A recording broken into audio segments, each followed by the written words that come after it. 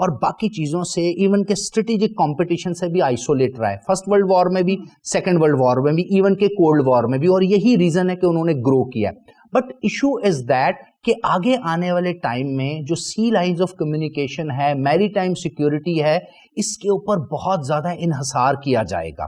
اب آپ نے جنگیں man to man, combatant to combatant, eyeball to eyeball نہیں لڑنی, آپ نے میزائلوں سے جنگیں لڑنی ہیں, آپ نے سب میرین سے جنگیں لڑنی ہیں. تو اب ایک ایسا ملک جو اٹ سیلف ایک آئی لینڈ ہے, ایک بر اعظم کی طرح ایک الگ سے ہے, اس پہ قبضہ کرنا تو بہت زیادہ آسان ہے ٹیکنالوجیکل پوائنٹ آف ویو سے. سی لائن آف کمیونیکیشن اگر ساری چائنا کے پاس چلی جاتی ہے, جو کہ امریکہ آسٹریلیا کو ڈرائے گا. اسی لیے تو آپ دیکھیں نا, ان 2008 میں آسٹریلیا کوارڈ کا ممبر ہے, 2009 میں وہ کوارڈ سے باہر نکلتا ہے, 2010-11 میں پھر کوارڈ میں آ جاتا ہے. اور سٹیٹمنٹ وہ کیا دیتا ہے؟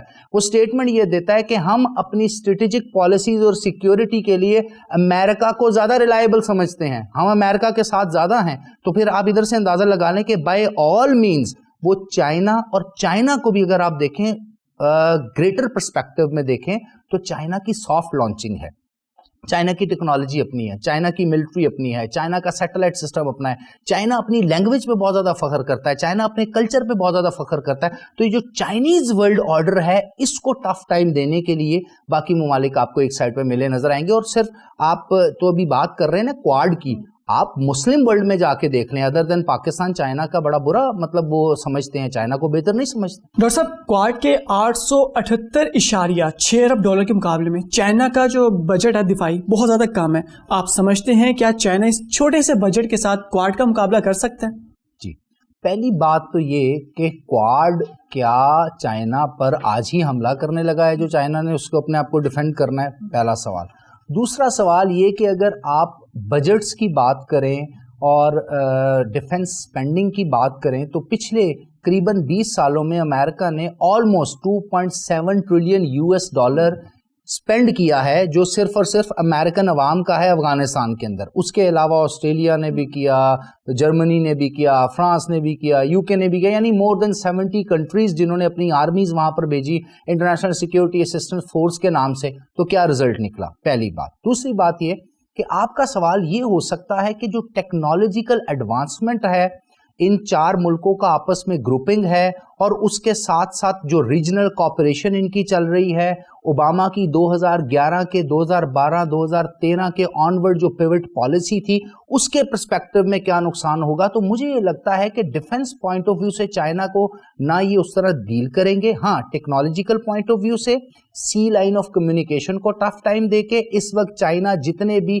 آرٹیفیشل آئی لینڈز بنا رہا ہے, جس طرح ویتنام بنا رہا ہے نا, آپ دیکھیں نا, ایک ریسرچ کنڈکٹ کی گئی جس میں بتایا گیا کہ چائنا نے 2016 سے 2020 تک اتنے زیادہ آرٹیفیشل آئی لینڈ بنا لیے ہیں ساؤتھ چائنا سی پہ, سلاواسی سی پہ, ان تمام ریجنز کے اوپر, اور ساری اپنی ملٹری انسٹالمنٹ لگا دی ہیں, جتنا دنیا حیران ہو گئی کہ کسی اور ملک نے پورے کے پورے اپنے عرصے میں یا پچھلے 20 25 30 سالوں میں نہیں بنا سکے. تو میرے نزدیک چائنا کی اکنامک گروتھ روکنا ضروری ہے, چائنا کی ٹیکنالوجیکل گروتھ روکنا ضروری ہے, چائنا کی کوپریشن اور جو چائنا کا بائی لیٹرل اور ملٹی لیٹرل اگریمنٹس ہیں باقی دنیا کے ساتھ, اس کو روکنا ضروری ہے. کوارڈ اس کو ڈیمیج کرنے کے لیے ہے. باقی یہ سارے کا سارا ایک آپ سمجھ لیں پوسچرنگ ہے, اس کو آپ اسٹریٹجک پوسچرنگ بھی کہہ سکتے ہیں, کیونکہ China is not among those nations جس کے اوپر آپ ڈائریکٹلی کوئی حملہ کر سکتے. آپ پاکستان کے اوپر ڈائریکٹ حملہ نہیں کر سکتے, تو چائنا کے اوپر کیسے کر سکیں گے؟ ابھی آپ دیکھ لیں, ایشیا ٹائمز کی رپورٹ ہے 2020 کی کہ جو بھارتی جتنے بھی وہاں پر فوجی تھے, جب انہوں نے کنفرنٹ کرنے کی کوشش کی لداخ کے ریجن میں, تو چائنیز نے ایک اسپیسیفک قسم کی ریز پھینکی, ساؤنڈ ریز پھینکی, جس سے ان لوگوں کا بلڈ پریشر جو انڈین فورسز اتنا ہائی ہوا کہ ان کا برین ہیمریج ہو گیا, ہارٹ اٹیک ہو گیا. تو چائنا بہت آگے ٹیکنالوجی میں جا رہا ہے, آپ وہ اس طرح سے اس کو ڈیفینس میں نہیں کر سکتے. اور بینگ اے اسٹریٹجک تھنکر, ہم کبھی بھی اس طرح سے چیزوں کو میچ نہیں کرتے کہ اس کے پاس اتنی ڈیفنس اسپینڈنگ ہے, اس کے پاس اتنا ریونیو ہے, وہ مل کے یہ کرے گا. یہ تو وار اسٹریٹجی کے اوپر ڈیپینڈ کرتا ہے, اور چائنا کے ساتھ لڑنے کے لیے مجھے نہیں لگتا اگلے 20-25 سال میں بھی کوئی الائنس اگری کرے گا. ہاں, بیک اینڈ پہ کانسپریسی کرتے ہوئے, سازشیں کرتے ہوئے بہت سے ممالک چائنا کے اینٹی جائیں گے, ایون کہ پاکستان کو پریشرائز کیا جائے گا. ابھی شرمین پاکستان میں آئی ہے, ڈپٹی سیکرٹری فار اسٹیٹ ہے, پہلے وہ انڈیا گئی 2 دن پہلے, اور وہاں جا کے اس نے کیا کہا کہ انڈیا اور امریکہ کا جو بائیلیٹرل کانفیڈنس بلڈنگ ہے اور فیوچر میں جو ان کی آپس میں ریلیشن شپ ہے وہ بہت آگے جائیں گے. پاکستان میں آئی, جنرل باجوہ سے ملی, عمران خان نے ملنے سے انکار کیا, تو اس نے کہا پاکستان اور امریکہ کا براڈ بیسڈ جتنا بھی ریلیشن شپ ہے وہ ختم ہونے کے قریب ہے, بلکہ ہم اس کو بڑھائیں گے نہیں. اس کی وجہ کیا تھی؟ یہ کیا جائے گا کہ ہم چونکہ چائنا کا ایک بازو ہیں سی پیک میں, ہمیں چائنا سے دور کیا جائے گا. افریقہ میں چائنا کی جو انویسٹمنٹ ہے افریقن پیننسولا کے اندر جا کے وہاں ان سے دور کیا جائے گا.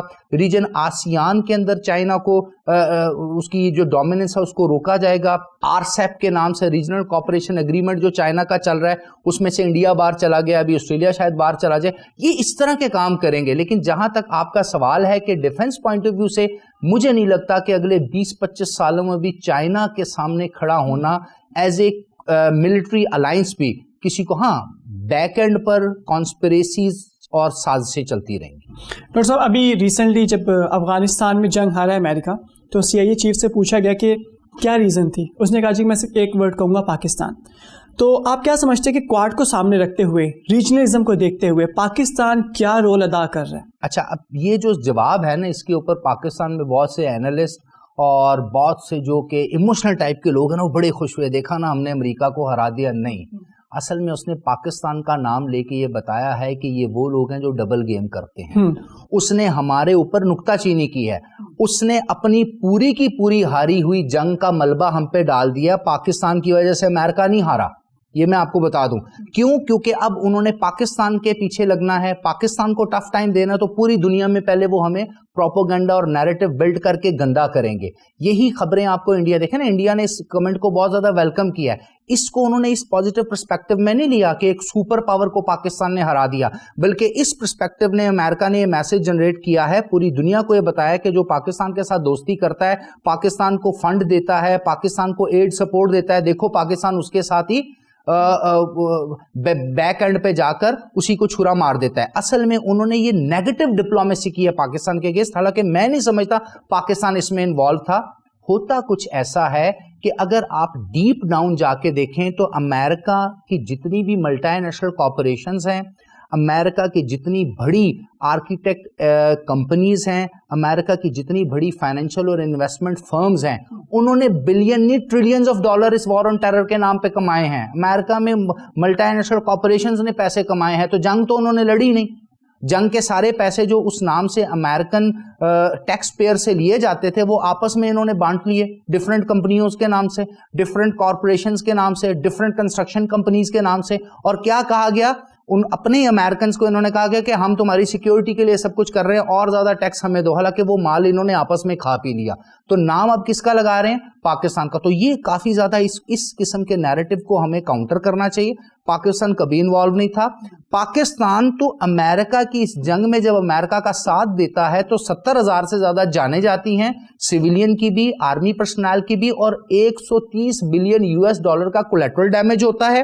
اور اس کولیٹرل ڈیمیج سے آپ کی اکانومی کا پہیہ چونکہ چل نہیں سکا تو ریجن میں باقی ممالک آپ سے آگے چلے گئے, افراط زر میں باقی ممالک آپ سے آگے چلے گئے, ایجوکیشن میں باقی ممالک آپ سے آگے چلے گئے, ٹیکنالوجی میں باقی ممالک آپ سے آگے تو ان تمام چیزوں کو دیکھا جائے تو پاکستان کو تو نقصان ہوا ہے, اور امریکہ اپنی ہاری ہوئی جنگ ہمارے پہ مسلط کر رہا ہے. اگر امریکہ یہ جنگ ہارا ہے تو پھر اس کی وجہ پاکستان نہیں ہے, پھر اس کی وجہ رشیا ہے, اس کی وجہ چائنا ہے.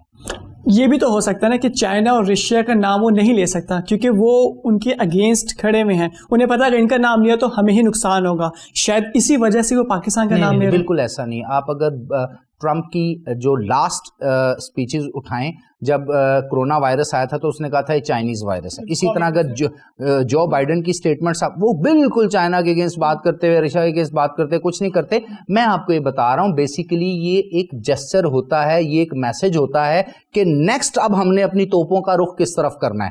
پاکستان کو پہلے مورد الزام ٹھہرائیں گے, جس طرح ایک بڑا مشہور انگریزی کا محاورہ ہے کہ جب آپ نے کسی کو ذلیل و رسوا کرنا ہو, اس کو مارنا ہو, تو پہلے اس کو ایک بیڈ نیم دیں, اس کو چور ظاہر کریں, پھر جب آپ اس کو ماریں گے تو لوگ آپ کو برا نہیں کہیں گے. امریکنز کیا کر رہے ہیں, پہلے پاکستان کو پوری دنیا میں پاکستان ملٹری, پاکستان انٹیلیجنس, پاکستان عوام, پاکستان کی پولیٹیکل ایلیٹ اور جو ڈیسیژن میکر ہیں, پہلے تو ان کو پوری دنیا میں گندا کرنے کے لیے اس طرح کا نیریٹو بلڈ کریں گے اور انڈیا اس کو سپورٹ کرے گا.